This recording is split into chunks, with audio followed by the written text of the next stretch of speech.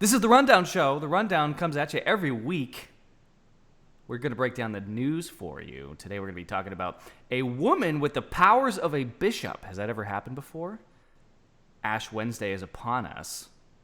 Are you going to receive ashes on your forehead or the top of your head? And should you be alarmed either way? Christian nationalism and the rise of the alt-white. What is the alt-white? Is that a new thing? We're going to break it down. Here we go.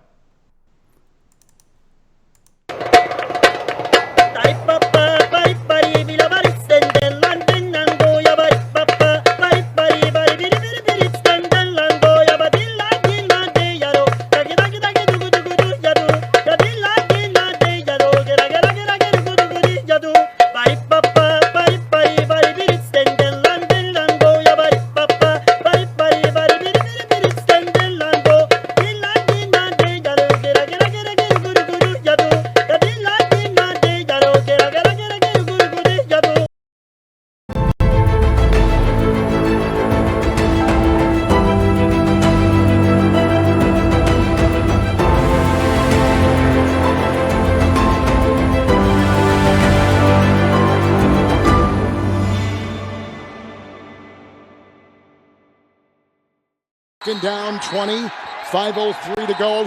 Someone has run on the field. Some guy with a bra. And now he's not being chased. He's running down the middle, the 40. Arms in the air in a victory salute. He's pulling down his pants. Put up your pants, my man. Pull up those pants. He's being chased to the 30. He breaks a tackle from a security guard. The 20, down the middle, the 10, the 5. He's... Mike's laughing. Pull up your pants, my man. Be a man. Pump pants. Oh, take off the bikini. Pull up your pants. I think we're gonna take some flack for that one, Steve. What do you think? Are we live? Oh, yeah, no, we're recording. Oh, yeah, possibly. Well, hopefully, we did it it was for fun. It was during the Super Bowl.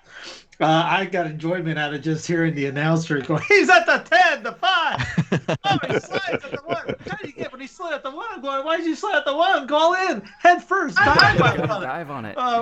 He made a great B-turn. I know that's a video game reference. We did play video games in college. That was about 15, 20 Be a years man, ago. Steve. Madden, yeah. Yeah, I remember that back in the day. He did a great spin move. They had kind of a weak stiff arm. But, man, why slide at the 1? Yeah, you're on the Super Bowl. Go through him. The whole world is watching. Okay. Right. And, of course, he is a Florida man, too. Yes. You literally just Google "man in Florida" and just see what Google fills in afterwards. I mean, that's like a whole thing. We didn't watch the Super Bowl, but we were hanging out with some friends on Sunday afternoon and whatever. And then we got in the car, and I was like, "Oh, let's just flip it on, XM and see what's happening." And I heard that happen live, and I thought it was like a real play. I was like, "Oh man, he's coming down hard on some guy who slid at the 1 yard line." I'm like, "No, it's going to be 4th and goal. Who cares? Like, why are you coming down so hard on this guy?" I didn't realize he was literally describing a streaker. Yeah, I didn't hear about the streak until days after. I didn't watch the game at all. Saw the score on I couldn't get it on the ESPN app. I couldn't find it on the NFL app. But Twitter had the score up, so I had to use Tweeter to find out who was winning, and it was already a thrashing at that time. So I wasn't Didn't gonna the watch streaker, anyways. Ryan, did you say the streaker had like taken out some bets in Vegas that there would be a streaker or something? That's what he claims. I don't know if that's been verified yet, but supposedly he made some bets that there would be a streaker at the Super Bowl at a fairly good rate, and so he's claiming he made something like $375,000. Which, if that's true, he's doing something. I think he's a bit ahead of us. All right, well He needed some blockers. What's with In this some damn ways. thing? Were they doing the 6 feet distance thing? I mean, I know that Kansas City couldn't block anybody, but he needed somebody to block for the man. that video, we cut away from the video because there's more to it, but it goes on. It shows him like running through the players, and the players are bewildered. They're like, "Is this really happening at the Super Bowl? Like, why is this a thing?" It always happens. I guess it does, huh? All right, let's get into our first story today, guys. We are talking about, what are we talking about? We're talking about the Ash Wednesday fiasco. Everyone's all up in arms about Ash Wednesday because the submarine Catholics who surface twice a year for Ash Wednesday, they show up because they get something out of it. They get the ashes on the foreheads, but the virtue. yeah, virtue well, signaling. this year you won't be able to virtue signal. I mean, you can still virtue signal with the sacramentalism of the Holy Mass if you want to project that virtue out into the world. But you're not going to get ashes on your forehead in a lot of places. Why is that? The Congregation for Doctrine and Divine Worship. Let's get these congregations mixed up. Anyway, so they put out a document suggesting that on account of the virus that has never been isolated, but anyway, beside that on account of it and the fear and the government activity and keeping people safe, they're instructing that they should not trace a cross on the forehead with ashes the way, at least in this country, we're accustomed to them doing, but you're just going to sprinkle it on the head. Now, apart from the silliness of the reason for that, on the other hand, that is actually not some crazy modernist invention. That's actually traditionally how it has been done in Rome itself for hundreds and hundreds of years, where they sprinkle ashes on the crown of the head. So, and I don't know how long in this country it's been the practice to kind of trace them out on your forehead. And I actually usually lower my head and receive them on the crown of my head as opposed to, right on the forehead. So, it's not really in itself a thing to get worked up about. The reason I think is preposterous and specious.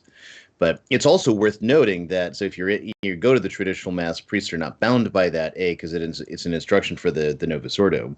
Second, if even in the text itself, it doesn't give an actual requirement.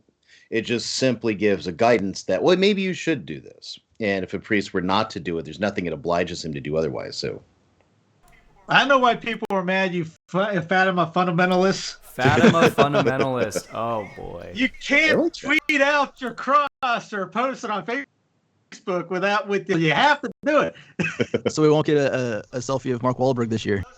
Those selfies No this year. Wahlberg, Yeah. Won't be able to do the selfies. I think that is why people are upset.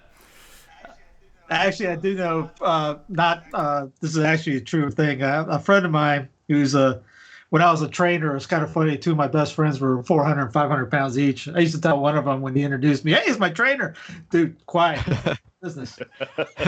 But I love them to death. Still do. One of them died last year. But the other one, they're both Catholic, and he went to Korea to go teach English in Korea. Just speak English. He got paid to speak English. And he remember putting out a Facebook message. Anybody know where a Catholic church is around here? Dude, you're in South Korea. There's Catholic churches all over the place down there. And then he would only go for Ash Wednesday to get ashes. He wouldn't even stay for communion. And could never get through his head on things like this. But that's, the typical the education system we have. Father Rickford talks about custom immemorial, which is, any tradition that is Catholic that is at least 100 years old has certain rights to it. Like you can't, you have to really think about destroying it before you actually do destroy it. And the reason why it's 100 years is because that's approximately 5 generations. So if it's started by your great-great-grandparents or whatever, it's beyond verbal tradition, let's just say. The Novus Ordo is like half the age of custom immemorial, so it can be wiped out tomorrow, and I don't think anybody would care, but not anybody on this broadcast. But haven't we been doing ashes on the forehead for at least 100 years? I mean, don't ashes on the forehead have more rights than the Novus Ordo Missae? Technically, immemorial customs, basically, it's something in the moralists and the moral theologians as well as the canonists. It's essentially that the principle you enunciated, but it can be set aside if the lawgiver anyway determines that there's a good and necessary reason for it. So, but if there's not, the lawgiver would actually sin by violating custom. So that's an important distinction. I mean, one example, Pius V violates immemorial custom with quo primum, right? By suppressing the uses, in particular, things of liturgies that were at least 100 or more years old. I mean, his own document basically expressly overrides immemorial custom by going for 200 years. Now, it could be argued, and has been argued, that there was a very good reason for it, namely to standardize the liturgy in the face of the Reformation, where you had Protestants using Latin sections of the liturgy so people would actually be confused and think that maybe this is Catholic. So, I mean, so there's that too. So there's a good reason why he had to come in, kind of set aside this with the local uses of liturgy, and just kind of place a stricter criterion for it. Copy. Well, I think I'm going to be receiving ashes on my forehead, and I'm going to tweet it out just to tweak. Will you get a selfie of your forehead? Just to tweak people. Yeah, no, and in bareface mode too, because bareface is the new wrong think. What about in cat face? Oh, cat face. Cat face. Let's all go cat face. Okay, right now. that'll be a good hashtag.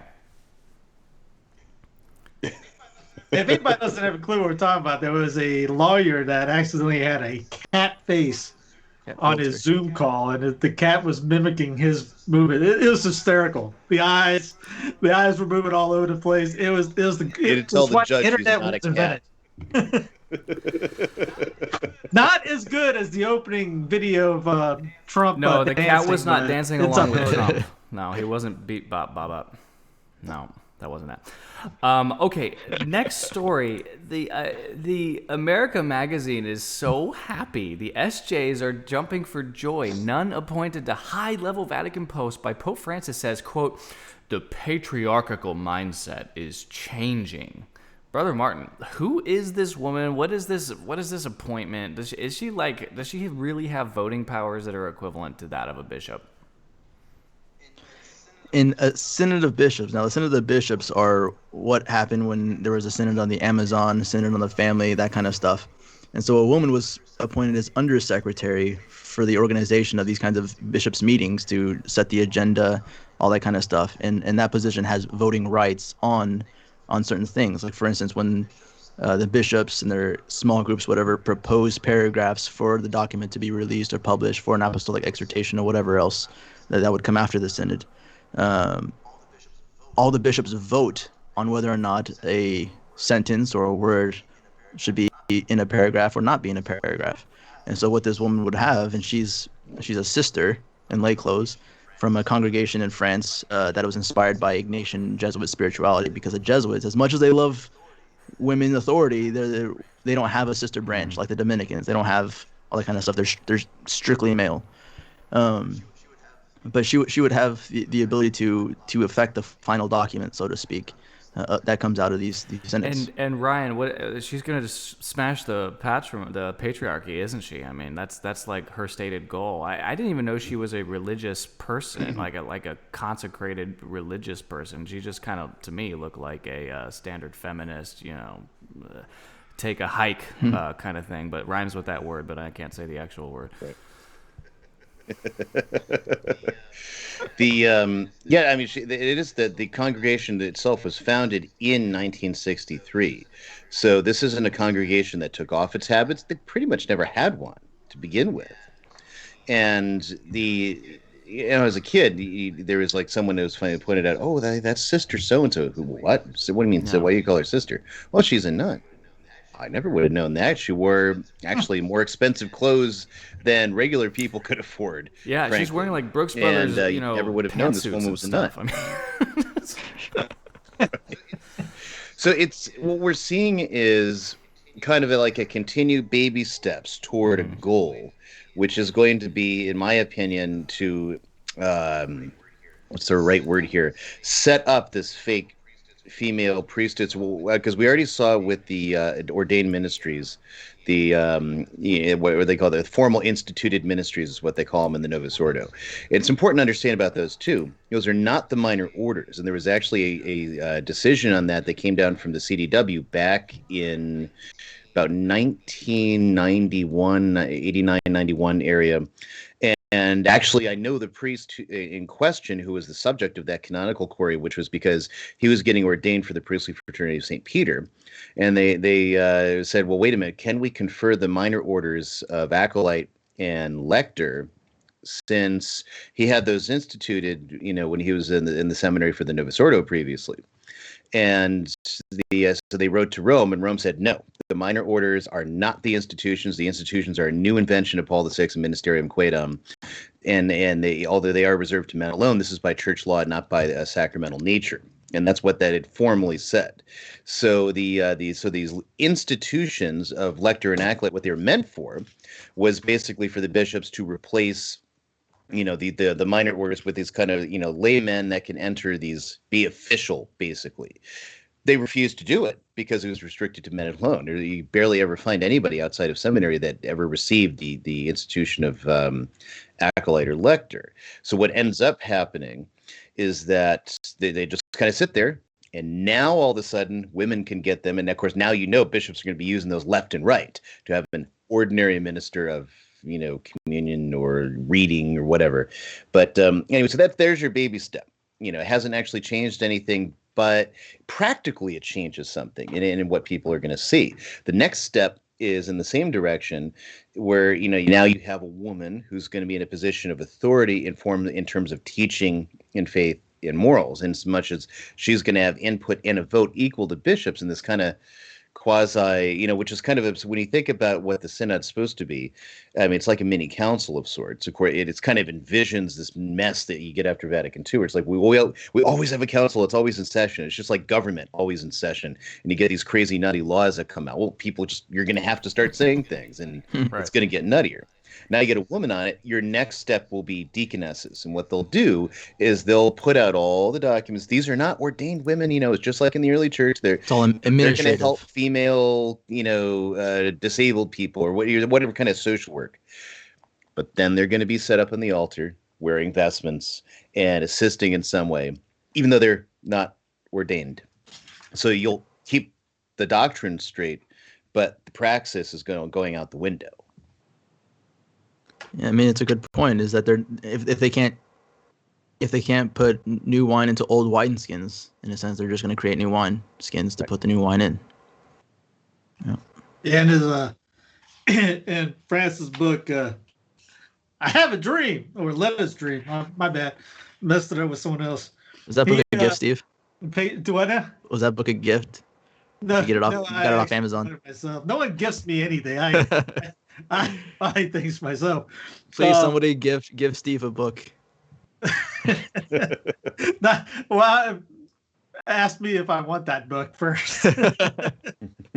So on page 62 in Time to Choose, he really goes out, praises women. I mean, yeah, if you read this before and you're like, I saw it, you're not surprised, because I mean, the first part of it, he says, he goes, a sign of something that stands out and strikes us, a sign of hope in the Christ is the leading role of women.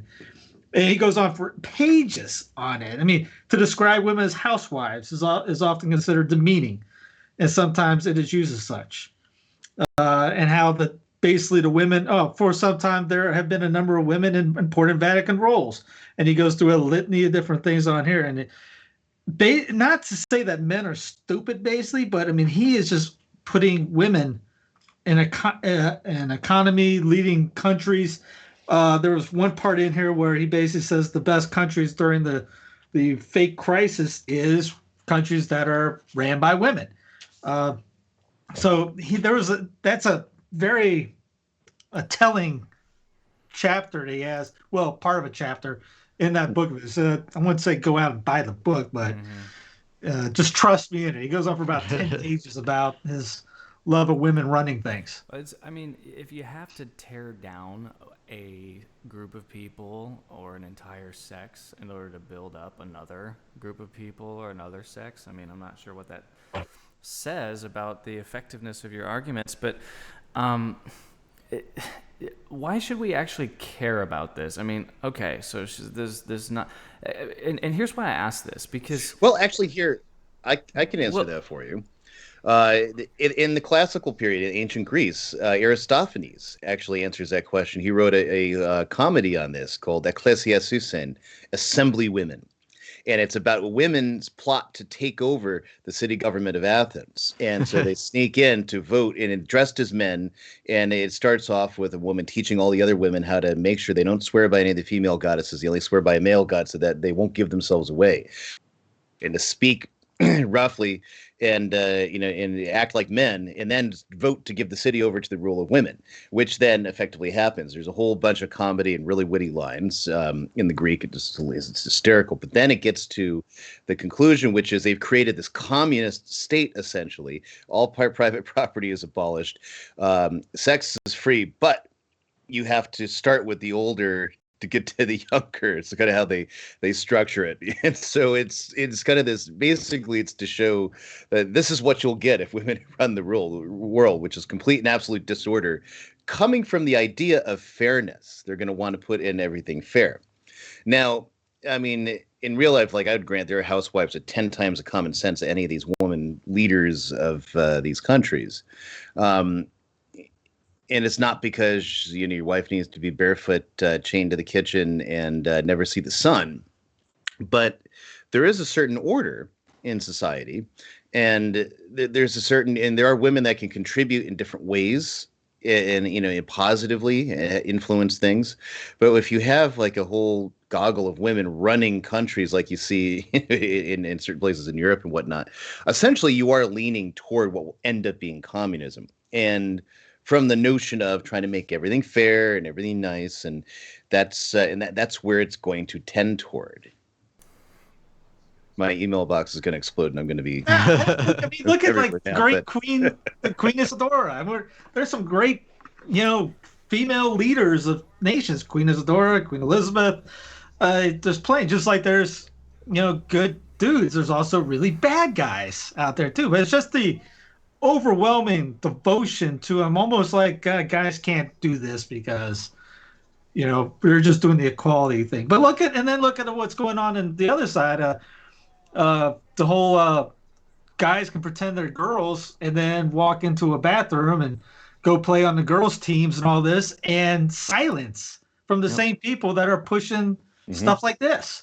You don't hear a peep from really that many clerics. So you don't hear from the Vatican, unless I'm mistaken. Anybody hear that? I mean, I follow church news 0 times.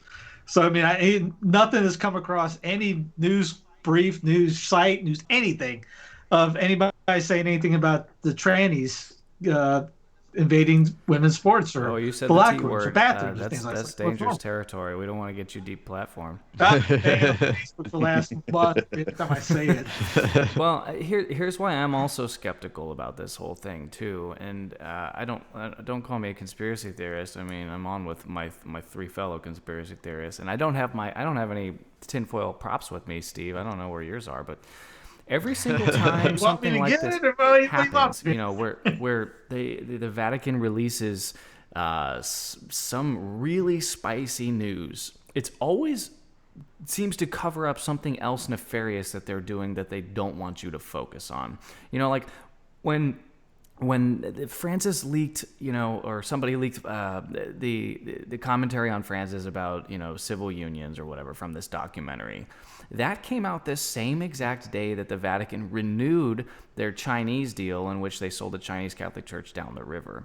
And so it's like, hey, focus on this shiny object over here while we're doing something, ridiculous behind the scenes. And I haven't figured out what the behind the scenes is on this, but they always do so. They'll give you something like this that's super spicy. It hits the news. It's very controversial. And then in the background, you've got like Cardinal Betju embezzling $4 billion or whatever, and they don't want you to talk about that.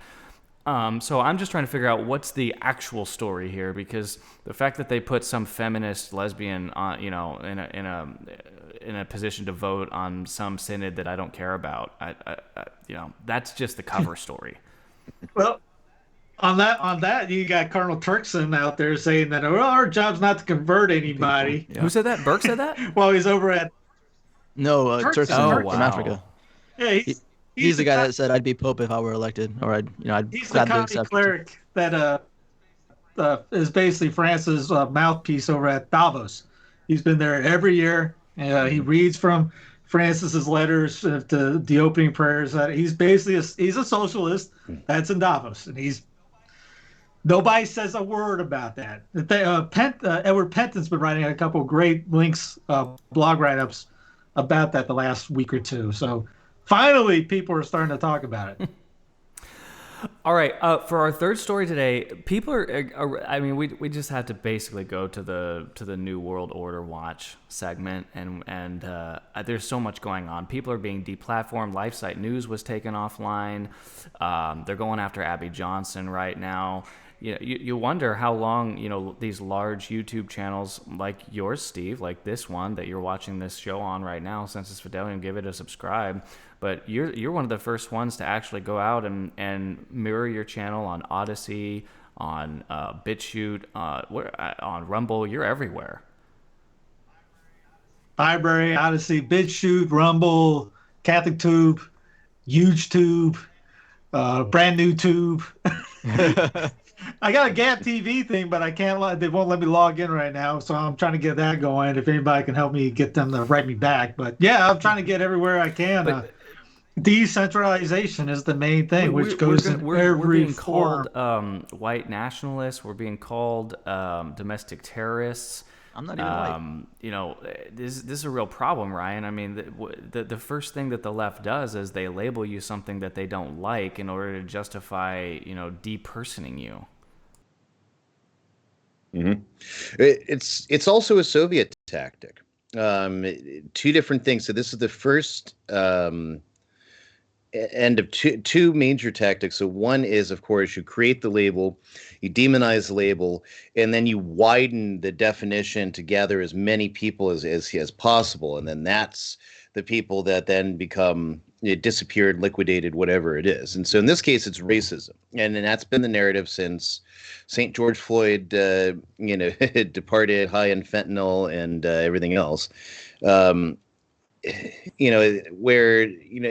of course, I mean, based on the facts at hand, there's something wrong here, by the way, too. I'm not trying to say the cops are in the right, but still, that's where the narrative has been going, and it's gradually been widening, and so until you see memes from the Babylon Bee, right? And they're pretty much exactly on point. If you don't see race, if you say, "Look, I don't believe in racism. I was raised as the black kid next door, and I never noticed the slightest difference between him and me." Until the schools tried to teach me there was a difference. I was like, well, no, there's not. He looks the same as I do, and except for skin color, and he talks like a normal human being. He does this and that, all these other things. But so I didn't see color. Therefore, I'm racist because I'm not seeing the racism. And that's how it's going to evolve. No matter what you say, which way to Tuesday, it's going to be racist just because you are. But it's only, the elites who actually pretty much are racist, the ones who are calling for eugenics in Africa to bring African populations down, right? They are going to be the ones, they're okay, but we're going to be the racist. And the next thing after this is the pathologizing of dissent, so that anybody who, engages in wrongthink, anybody, whether you're identified by the first label or not, then they're going to get you by the second. Anybody identified as doing wrongthink, there's going to be new mental disorder classifications for that, and that'll give them all the powers they need, even to commit you if that's where it gets that far. We've already the Super Bowl. You see the Super Bowl? We've already discussed. What did you see? Some of that? People were yelling at Tom Brady for beating a black quarterback. They called him racist for beating a black. That's not an onion. That was literally stories I've seen the last couple days. Tom Brady is he's obviously racist and hates science because he was seen not wearing a mask when he was walking into the game. So therefore, he's definitely on the target list. But you know who else was on the target list this week was Brother Martin Navarro. Brother Martin Navarro was called a white nationalist on Twitter.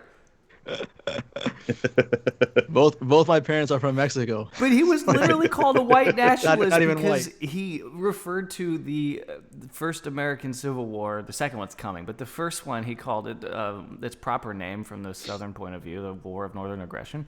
And for that, he was called a racist, a white nationalist racist, Brother Martin Novato. And then your other friend Alberto, he weighed in on the issue, and he was called racist too. It's like, is there like a racist white guy sitting inside of you, Brother Martin? Absolutely not. You know, I was educated. 18 years old, I moved to Nashville, Tennessee, and there I got my 18 years old to 24 years old, very formative years. That's where I got my education, because in the public schools, you only hear one side of the story if you hear the story at all. So no, I grew up in a sense. I matured in the South, learned a different perspective, and that's the perspective that makes most sense to me. But what's interesting too is you see like a lot of these e-priests on Twitter. They never show up on my profile unless it's like to hate on me. You know, it's always funny because like in that tweet, like I was talking about being a saint. It was about actually Our Lady of Lourdes and Saint Bernadette. Like while America is sitting over here in the 1800s killing ourselves, killing each other, there's a humble young woman in France who merited the graces to have Our Lady appear to her and to create a pond to which everybody can go and get some water to be healed. You know, just to contrast two events in the same time period, blah, blah, blah. If I had used a different name, these priests would not have shown up on my account to like or do anything else. It's true. And because the great irony too is that the original person who put this ridiculous idea out there is a woman who is a Navy officer, an 06. So in the Navy, that's called a captain. And I guess she's some kind of healthcare person. She's a nurse or something. And her profile is, you know, a picture of a lesbian woman in uniform. It says Catholic, you know, action or whatever. And she's super liberal. And she puts out the thing that started this was she hates all images of Saint Michael beating on Satan, because Satan is always portrayed as like either green or charcoal in color or black or brown. And whereas St. Michael is always portrayed as white. So she says that the St. Michael prayer is racist. And so Brother Martin comes in and is like, you're stupid. And literally every ordained person on Twitter comes after Brother Martin and calls him a racist. So you can't make this stuff up, ladies and gentlemen. Like, I think there was an episode with that same picture with you a couple months ago. Yeah. But I don't know if I want same picture. to mention Yeah. that. Well, on the plus side, most, on it. if they're good clerics, they probably aren't on I Twitter. can't breathe. If they're good clerics, they probably aren't on Twitter watching Brother Martin's tweets throughout the day. So maybe that's why. Probably. But I think Mike needs a picture of St. Michael skewering a possum or something. that would be, and then that's the hashtag I can't breathe. I love it. I guess coal workers are blackface because they work in coal mines and get stuff on their heads. They're all racist. You know, actually, it's interesting now that you're mentioning this. I'm thinking about this again. The back in April, after the aforementioned St. George Floyd, as it were, it was shortly after that. It was like somewhere in England or some other place where there was an image of St. Michael stepping on the devil, and the devil wasn't even, you know, black at all. You know, it didn't even look like a human being. It was a demon looking, right? But St. Michael had his foot on on the devil's neck, and they said, "Hey, that looks like George Floyd. Hey, this is a racist image. Hey, this is oppressive black people." So already back in April, they started. You know, it's a concerted attack on representations of St. Michael, and it's interesting how, again, the racist trope is going to turn around to be applied to every aspect of our religion, which, unlike the U.S. government, is one of the institutions that historically fought racism.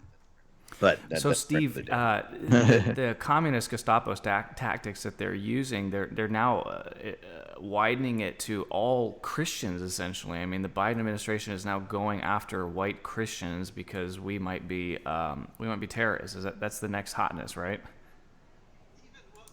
Even just saw earlier today, Justin Timberlake is trending because he did an apology to Britney and Michael Jackson's sister, what's her face? Anyway, because the wardrobe malfunction, and he's upset that he didn't own up to it back in 2003.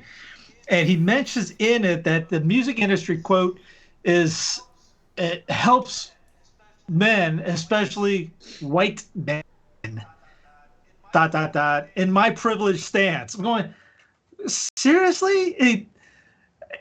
I mean, I didn't know that the music industry really pushed white men that much. I mean, outside Vanilla Ice, I can't think of too many white rappers. Call me crazy. I mean, I'm thinking of Dr. Dre. I mean, Eminem, I I was gonna guess, say got you're through. I mean, forgetting but Marshall Mathers. Hello. I forgot about Slim Shady. Vanilla Ice, guys, come on. I did say the Iceman. I forgot about Slim Shady. But you're going, but you see it. Everyone's just cowering down to the woke area of I have to apologize for being white. I have to apologize for being a guy. Um, it's insane clown posse planet, as mentioned before. And the noose is tightening, though. I mean, we sort of alluded to it already, but the deplatforming of people has already begun as well. So if big tech doesn't, in coordinated fashion, take you down, you don't simultaneously lose access to Twitter and YouTube and Facebook all on the same day in one foul swoop. If that doesn't happen to you, then the ISP is going to step in, and that's kind of the next frontier. I don't know that we've talked that much about Parler on this show, but Parler got canceled not by the government, not by any users, but by Amazon, because Parler's data was hosted by Amazon, and Amazon said the cloud turned on you. So if the cloud can turn on you, the ISP can turn on you. This is a disturbing trend. It's not going to get any better. And, there's going to come a day where none of us are on YouTube. Yeah, I need to get my own. Someone, if anybody knows how to get their own server, Your own internet. put all my stuff on it. I got about 14,000 links on the website, and I don't have anything for myself. It's on WordPress, so they can shut me down tomorrow. But yeah, if you're watching everything on YouTube, as Corbin says all the time, there will come a day that you're not going to find it on YouTube. So go ahead and subscribe to BitChute. Odyssey and Library will already send you emails when a video comes up. I really like those because you can if you want to go on your Fondle Slab and check out the other things while you watch something, you can move the screen all around. You can move the video all around the screen. They'll have an app out soon, but yeah, get on those other platforms and subscribe for when it does. I would be shocked if I make it to the end of 2021, actually. I mean, because look, we've already seen this happen, Ryan, and I think maybe you've taken notice of it as well as anyone. If you want information that questions the narrative about experimental injections into human bodies, or that questions the narrative about what happened in New York City on September 11th, or New York City. right, or if you even want to question the narrative about some of these school shootings or whatever, that's gone. That information is gone, and you are banned. You are not allowed to have that information already. So, how large of a leap is it to say, well, I question the narrative about the creation of human beings, and I want information about the Catholic Church? Nope, you can't have that anymore. I gave this in a talk at Mater Dei in Dallas 2 years ago, not this past year, but the year before. And it was part of a Reformation talks on when we got to Elizabeth and Elizabethan repression. And so after going through the ways in which Elizabeth's government controlled the pulpits, controlled the press, censorship, spreading news and information, so Catholics had secret printing presses. They'd smuggle stuff out. But if you were caught, that was an instant death penalty if you got caught. And so it was illegal to have information about the Catholic Church in England. So St. Edmund Campion, when he came with these little pamphlet books, and they found a few of these that basically have a couple of apologetic points on major issues of doctrine, especially the papacy and the Eucharist and such, and then prayers and devotionals and other such things. If you were found with one of those books, you'd be sent to the Marshalsea or some other Fleetwood, it was a horrible prison.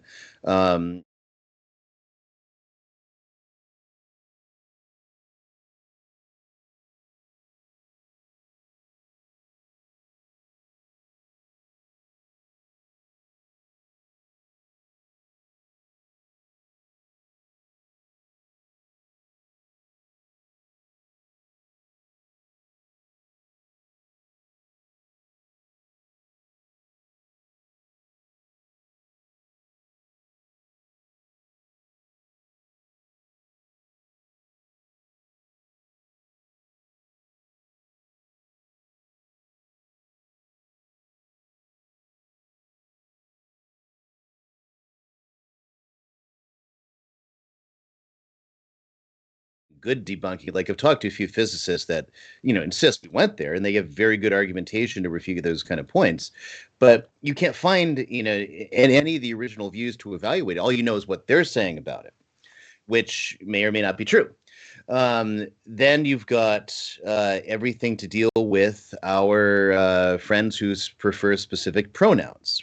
Okay, just to see if we can preserve this here on YouTube. That came out of nowhere, and it became monolithic. And if you try to search already, chromosomes determine your gender. Oh no, you'll go through page after page after page of Google them telling you why that's not true, even though it manifestly, scientifically, biologically is true, right? And that was already in 2019. That was the case. And I said, now let's imagine a future, and that future is coming, folks, whether you believe it or not, where you tell your child to look up the Immaculate Conception because for a paper for her feast day on December 8th, and you go look it up, and the only articles are saying why that is false. And imagine you're going to look for any point of Catholic doctrine, and every result in Google says superstition, false, against science, against this, right? That's all you are going to find. I mean, and fill in the blanks for all kinds of other useful and important information, such as alternative medicine, ways to heal yourself without the industrial medical complex. Nope. That's quackery. That's all false. Well, they give you quackery in the hospital, I mean, that's where it's all going. And Eric Schmidt, who is the CEO of Google, he was in a video, and you can find this online, I'm sure, where he was explaining how Google's going to work in the future. He said, in the future, the problem now, there's just too many results. You get to, pick and choose and make decisions. We don't want you doing that. He just said it. We don't want you viewing different results and making, researching and making judgments. We want there to be one result, and that is the only result because it is the correct Eric result. Schmidt. And thus, that's what I want. I want Eric Schmidt telling me what to do. All right. That's a scary thought. Now, you sound like, Ryan, you sound like you're a Fatima fundamentalist. And if you, if you don't know where that phrase came from, Steve brought it up in our little chat here. There was a certain interview recently of a certain bombastic character in the Catholic movement. I don't know if we need to reveal his name, but he basically says that you're a Fatima fundamentalist if you don't believe that Russia has already been consecrated, that the third secret has been fully revealed, and that we're not living through a time of peace. Because the proof of that is that Russia is pretty Christian. I mean, yeah, they're Orthodox, but who cares? Schismatic. Yeah, there's still more abortions in Russia than births. That, and I recently posted an article about the Russian Orthodox. Again, the theologians getting together to reconsider their position on in vitro fertilization, considering modern science in the last 50 years. So now they're going to reconsider their moral standing on in vitro fertilization. So if you think that orthodoxy is a trad option, that they're more trad, they have a pretty liturgy, fine.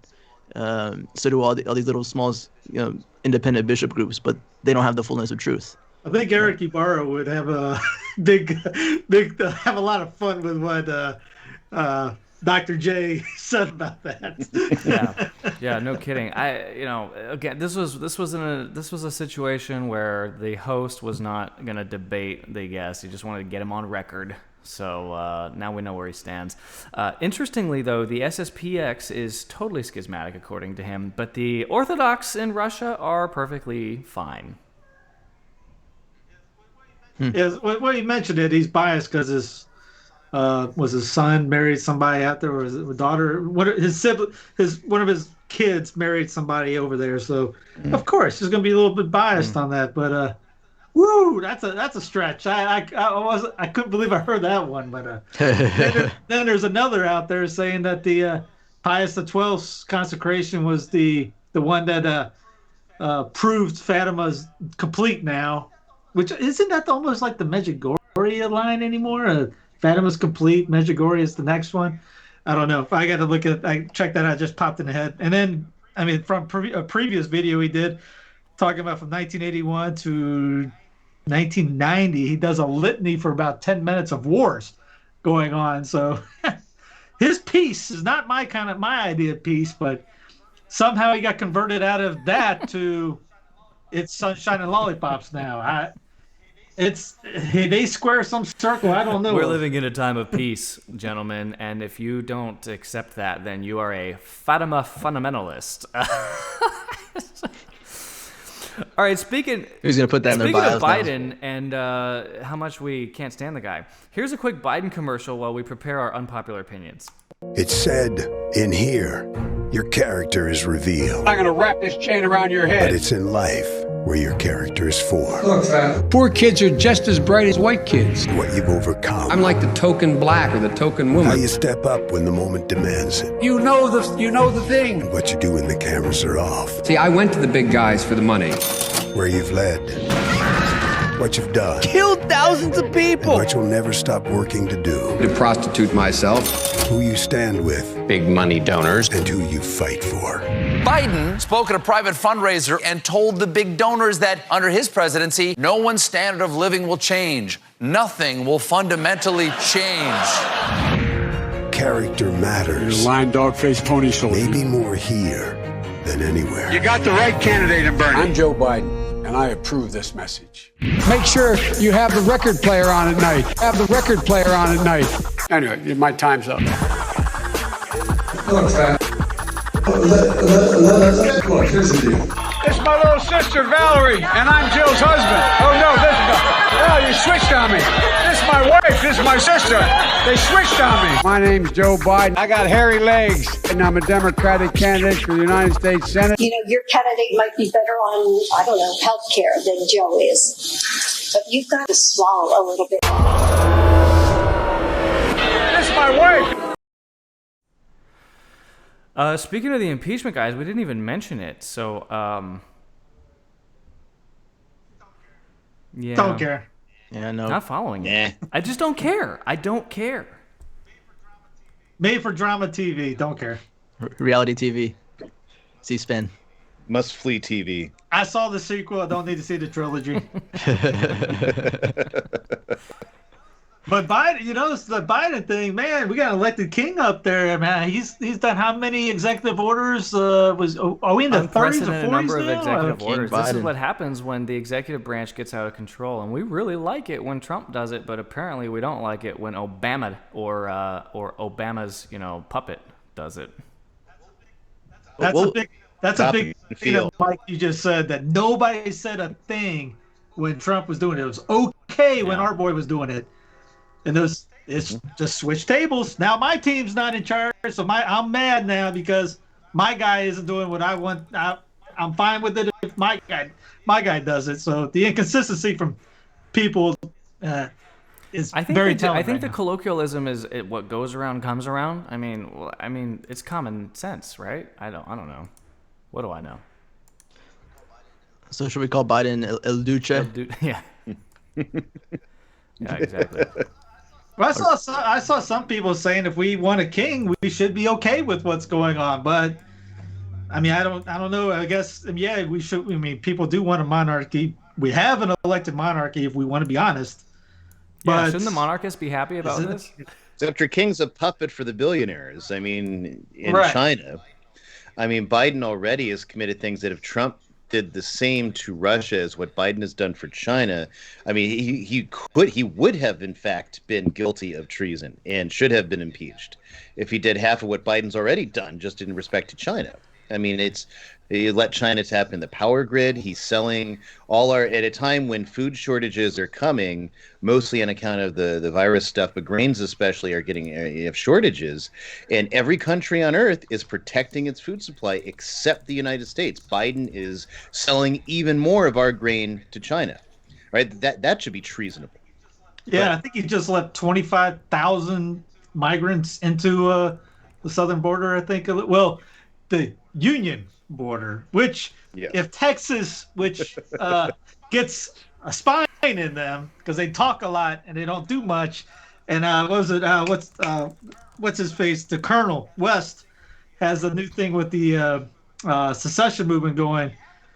Do you have to move the southern wall? Do you move it to Oklahoma or out to the corners of Louisiana? What do you do with that? Since many people think we're just one nation, which is a French Revolution idea. Oh, stop it. Okay, we got to go to the unpopular opinions. I have already forgotten what my unpopular opinion was, so I'm texting the group right now to try to remind me. It was what I just kind of said. You told me not to use it. You're a gentleman and a scholar. I've got this image. Ryan just sent me this image. I'm pulling it up. Ryan, you got to go first. What are we looking at here? All right. So you were looking at a coin from North Africa in the Roman periods, Roman coin, and you'll notice it's got a little what we tend to think of as a heart on it. Why is that a symbol for a heart? That's, if you look at it, the heart doesn't look anything like that in anatomy. They knew that in ancient times as well as we know today. So if that doesn't look like a heart, why do we have this heart symbol for love and Valentine's Day, which is tomorrow, I might add? Not St. Valentine's Day, but the secular Valentine's Day. So there's a theory that I subscribe to. A lot of people try to poo-poo it, but I really don't see how it's wrong. That the heart, as we see it, is a symbol of basically Roman contraception. And that's why, of course, because it's the seed pod for a Roman plant called silphium. And so silphium, or Sylphian laserwort, Laceripium, there's different names for it. But it was known to the Egyptians, and the Romans cultivated it for birth control. Right. And so they had, in fact, they cultivated it so much that around the 3rd or 4th century, they brought it down to one strain, and they had a crop failure and they weren't able to recover it. So they ended up making the thing go extinct because they were so centralizing and overproducing this. So the seed pod for Silphium is shaped like a heart, just like you see on that coin there, just like you see on your Valentine's Day card, your Valentine's Day chocolate, your whatever you got there. And so or your react button, a heart, because this is your heart. It is this big, nasty looking organ that, beats that. If you want nothing, that doesn't quite say I love you if you send a picture of this. But this, which is the seed pod for a plant that means you could have sex and not have kids. That's what the heart symbol meant. So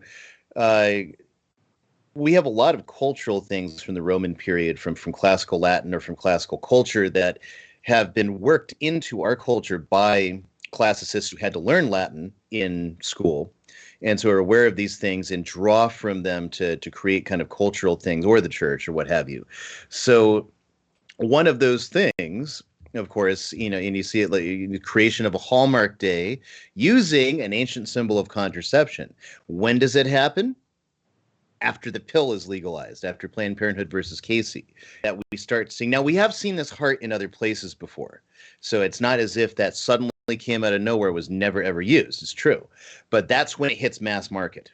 That's when it becomes like on your Hallmark cards and all these things. Be my Valentine.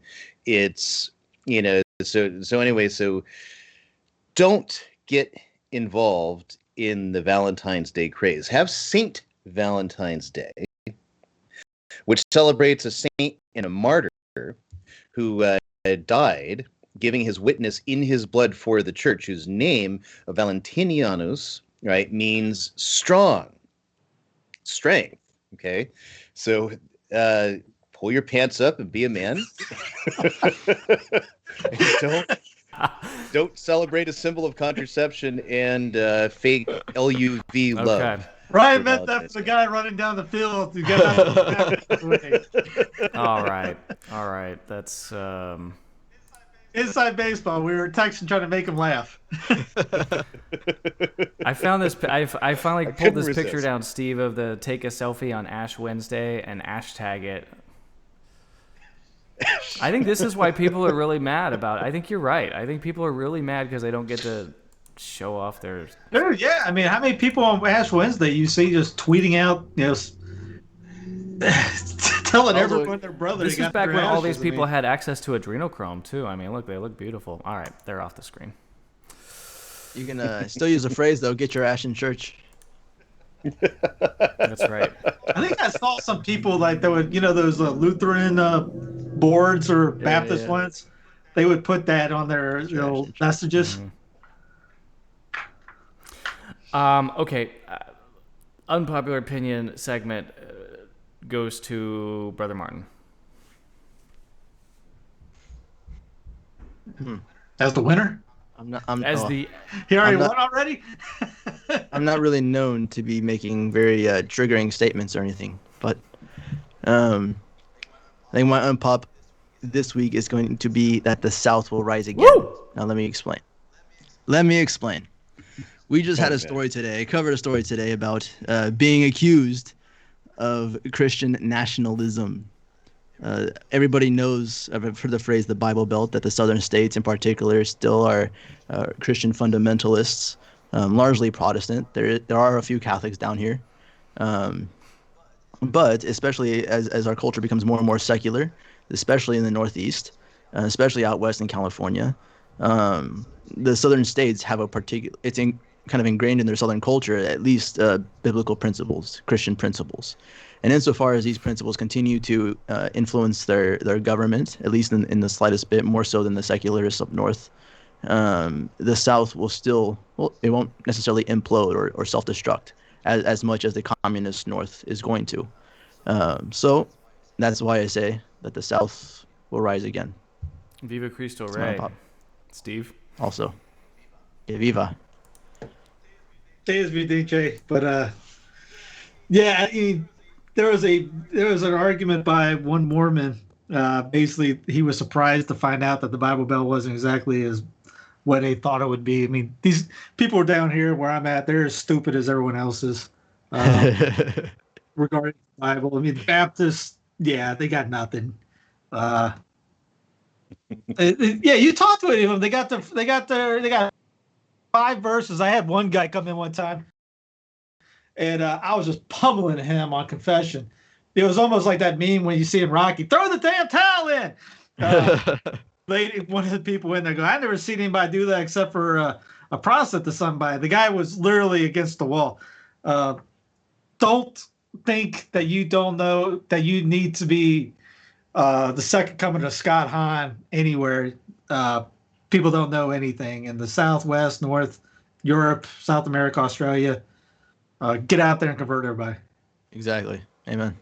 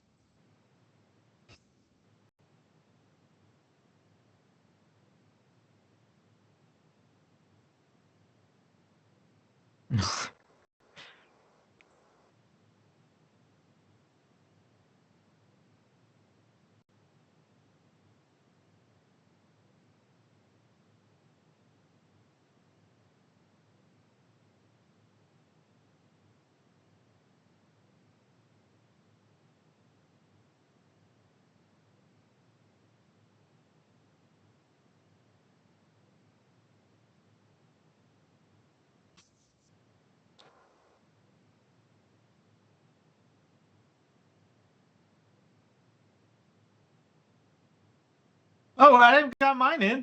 Oh yeah. I was just commenting on brother. The local ruling on California worship, bad precedent. That's a California problem, not a federal problem. The Supreme Court of the United States should never have been involved in it. Again, we go back to ruling by executive and judicial. I should have never left it was a violation of the California state Constitution, which was actually written exactly how the New York state Constitution is. Maybe if people start reading the state constitutions, we'll be able to figure that out. And but yeah, people were going after ACB and other people for being against it. I don't know what their stance were, but if it was states should be states and it's up to the states, then they are completely right, and it's not a federal issue.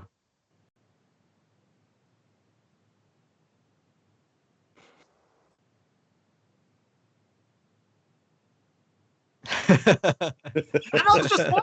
That was it. I literally just said one. What am I? You. Don't make me put 7 masks on again. We didn't even talk about masks today. So, oh man, I'm really scared. I just realized that my microphone was muted. So I hope you actually heard my unpopular opinion, and it wasn't just a long segment of silence. Well, no, you guys heard it, but I'm not sure if it recorded. Anyway, my unpopular opinion, just for the record, is that Texit will not be a thing because Texans lack the fortitude to do it. What are we grifting today, Ryan? What? So I got my copy. I'm still waiting for your copies, which will not have this ugly not for resale bar on it. But the Catechism Explained by Stories and Examples by Father Spirago. Great book, not that little. It's about 500 something pages, but you get a number of stories and explanations, things about saints that help illustrate this or that point of catechism. It's all arranged around the Baltimore Catechism. I mentioned it last week. Book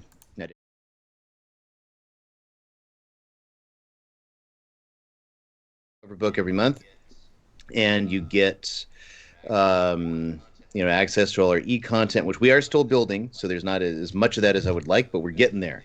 So we've got a few things that we're getting done for that. So this month, last month was Blessed Jordan of Saxony. Starting on the 17th, that's when we roll over. It's because we launched that day. It was a bit short-sighted, but anyway. St. John Fisher, the only biography of St. John Fisher in print, in English, that in-depth actual history biography. We have it, and that is this month's book club. That's fantastic. I love it. I look forward to the. I think did I place an order yet for the Catechism Explained by Stories? I got to get that. Being a member of the book club, by the way, is like Christmas every month because you get a book. Sometimes if you're not watching the rundown, you don't know what you're going to get. So it's almost like a surprise. You open it up and $50 a month, you get access to all kinds of stuff. I wanted to say one other thing. Oh, the 17th, Ryan. Did you know that the Institute of Christ the King starts every month on the 17th, a novena to Christ the King, which ends on the 25th. So now you can say the 17th is the beginning of the Christ the King novena, the Infant of Prague. 17th is also when my wife is, at least according to the ultrasound date, due with our 8th. Congratulations. Wow, congratulations. Awesome. That's awesome. So. Steve, are we grifting today? I'm not in the rundown just say next that week. just so you can win the poll? Is that what he's doing? How else is he going to compete with brother? The to help South sell the shall good. rise Brother again. Chewy with some actual meat, not the grain dog food that he's buy his book so he can get more diapers. Yeah. What are we grifting today, Steve? Oh, I got nothing. I don't know. Steve, you gotta get books. that grift game up, buddy. Those are rookie numbers. I don't have any. So subscribe to all his channels, all those other channels that we mentioned earlier in the show. And get a Rumble account so that you can subscribe to Census Fidelium. Rumble is one of those apps that's not super jealous. It's not like YouTube. YouTube wants your entire focus. But Rumble is willing to share the screen with you a little bit. So you can have Rumble kind of moving around your phone while you're doing other things, while you're navigating or whatever. It's great. That's honest.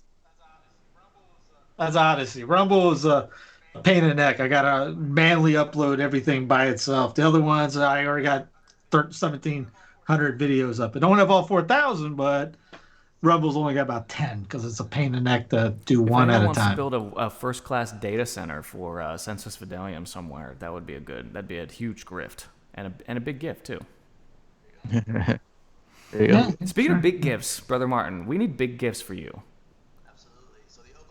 Absolutely. So the Oblates of St. Augustine are looking for a property in order to found our monastery. So two things. If we definitely need some pretty big checks to help us out to buy 5, 10, 15 acres in order to create the foundation for a new traditional Augustinian monastery in the United States. We got plenty of interest regarding locations as well. And so we're kind of, in a sense, on a timeline because we don't want to turn people away simply because we don't have room for them. So we want a place that's adequate size to welcome new vocations, and we can form them properly and also teach other people the You got all Catholic these faith. young men wanting to join, and you don't have a place to house them or feed them. I mean, this is a first world problem, right? I mean, we got vocations. Yeah, we have